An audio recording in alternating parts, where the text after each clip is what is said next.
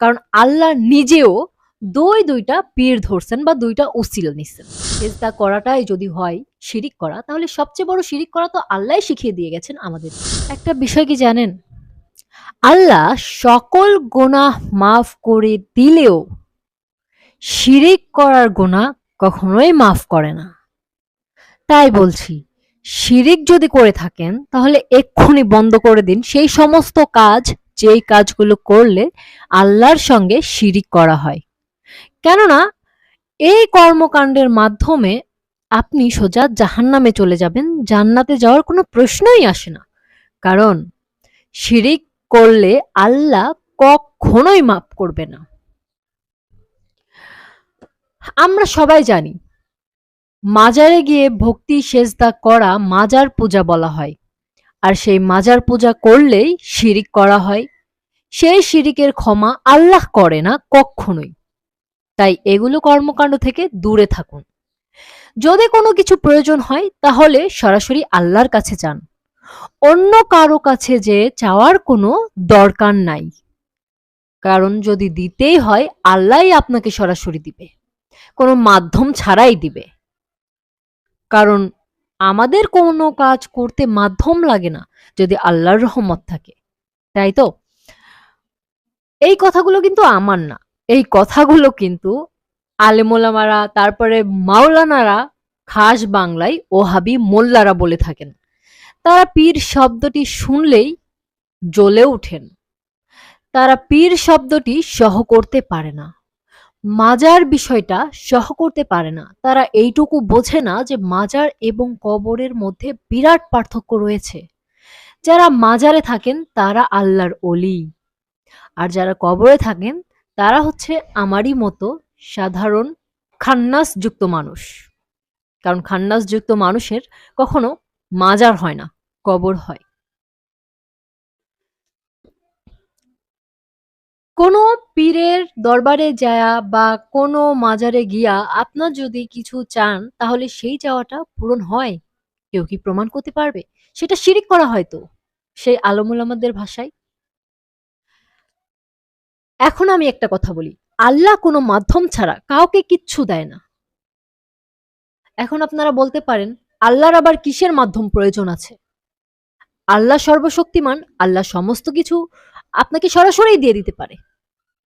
হ্যাঁ, আল্লাহ সর্বশক্তিমান, আল্লাহ চাইলেই সরাসরি সমস্ত কিছু দিয়ে দিতে পারে যা আপনি চান। কিন্তু আল্লাহ এই বিধানটা রাখেন নাই যে আল্লাহর কাছে আপনি সরাসরি চাইবেন আর আল্লাহ আপনাকে দিয়ে দিবে কোনো মাধ্যম ছাড়া, কোনো উসিলা ছাড়া। তার প্রমাণ কি জানেন?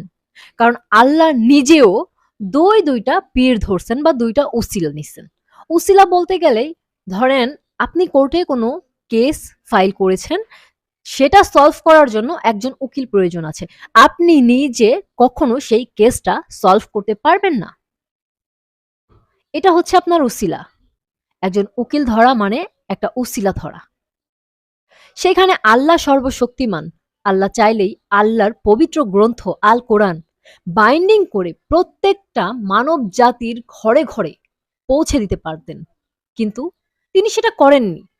প্রথমেই তিনি জিব্রিল ফেরেস্তার মাধ্যম নিলেন, সেও একটা উসিলা নিলেন এই পবিত্র গ্রন্থটাকে মানব জাতিতে পৌঁছানোর জন্য।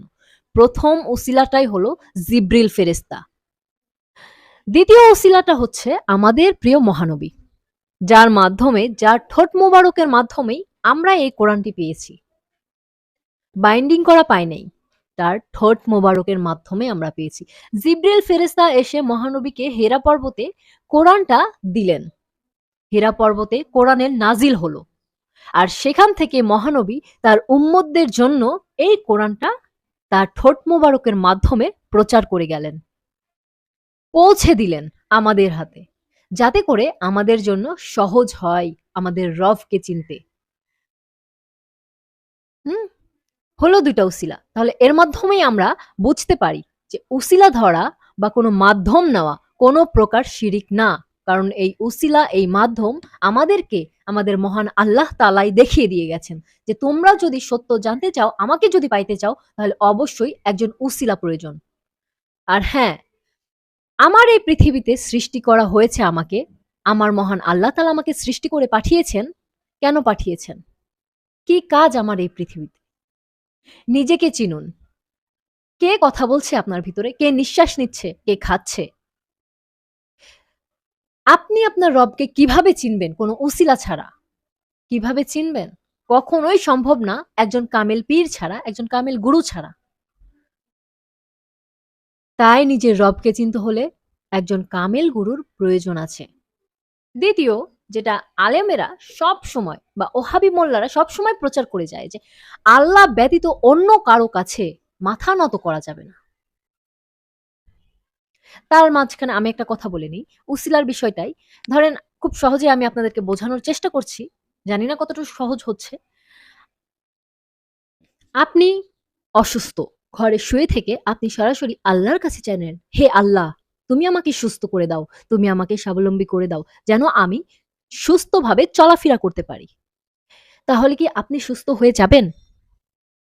নাকি আপনি আপনার অসুস্থতা নিয়ে হসপিটালে যাবেন, একজন ডক্টরকে দেখাবেন, আপনি কিছু টাকা খরচ করবেন, তারপরে সেই ডক্টরের মাধ্যমে আপনি সুস্থ হবেন। কি? হলো তো এটা উসিলা একটা। এখানে আপনার একটা না ২ টা উসিলা নিতে হইছে। একটা ডক্টর, দ্বিতীয়টা টাকা-পয়সা। তো এই উসিলার চ্যাপ্টারটা এখানেই শেষ করছি। তারপরের চ্যাপ্টারে যাই। সেজদা বা মাথা নত করা। এই ওহাবি মোল্লারা বলে থাকেন যে, এক আল্লাহ ব্যতীত অন্য কারো কাছে বা অন্য কারো সামনে মাথা নত করা যাবে না বা সেজদা করা যাবে না। তাহলে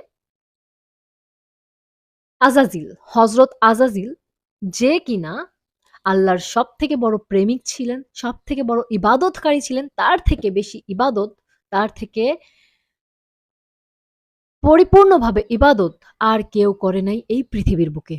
তাহলে সে কিভাবে একজন শয়তানে পরিণত হলো? সে কিভাবে ইবলিসে পরিণত হলো? হযরত আজাজিল ছিলেন তামাম ফেরেশতাদের ইমাম। হযরত আজাজিল জিন জাতি থেকে আগমন করেছিলেন। তারপরে আল্লাহ সৃষ্টি করলেন আদমকে। তামাম ফেরেশতাদের সামনে আদমকে দাঁড় করিয়ে আল্লাহ তামাম ফেরেশতাদের উদ্দেশ্যে বলল, "আদম তোমাদের থেকে অনেক উত্তম। তাই তোমরা আদমের সামনে মাথা নত করো বা আদমকে সেজদা করো।" সবাই আদমকে সেজদা করল, শুধুমাত্র হযরত আজাজিল বাদে। হযরত আজাজিল বলল, "আমি আদম হতে উত্তম।"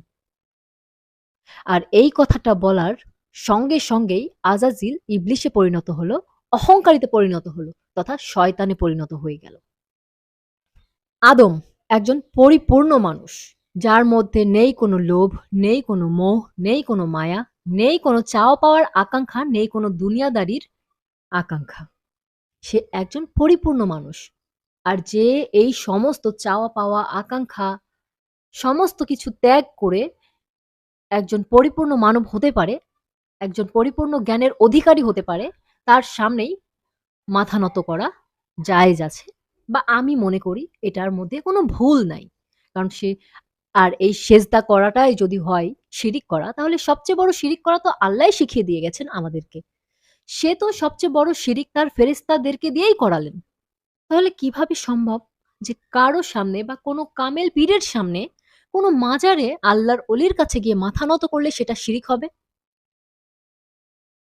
আমার জানা নাই। যদি আপনাদের জানা থাকে অবশ্যই কমেন্ট করে জানিয়ে দিবেন। তারপরে চাওয়া পাওয়ার বিষয়টা, যেমন মোল্লারা বলে থাকেন যে আল্লাহ ব্যতীত অন্য কারো কাছে চাওয়া যাবে না। তাহলে পথে পথে ঘাটে বের হলে আমরা দেখতে পাই মসজিদের জন্য ভিক্ষা চাচ্ছে, মাদ্রাসার জন্য ভিক্ষা চাচ্ছে। এই যে মাদ্রাসায় পড়ে ছোট, ছোট বাচ্চারা তারা বাসের মধ্যে, রাস্তাঘাটে, ফ্ল্যাটে, বাড়িঘরের ফ্ল্যাটে এসে হাত পাতে। মাদ্রাসার জন্য কিছু সাহায্য করেন। মাদ্রাসার বাচ্চাদের জন্য কোরআন শরীফ কিনতে হবে, কিছু সাহায্য করেন। কেন? এটা শিরিক করা হচ্ছে না? এটা তো কোনো আল্লাহর অলিও না, কোনো নবী রাসূলের কাছেও চাচ্ছে না। সাধারণ মানুষদের কাছে চাচ্ছে। এটা কি তাহলে শিরিক হচ্ছে না?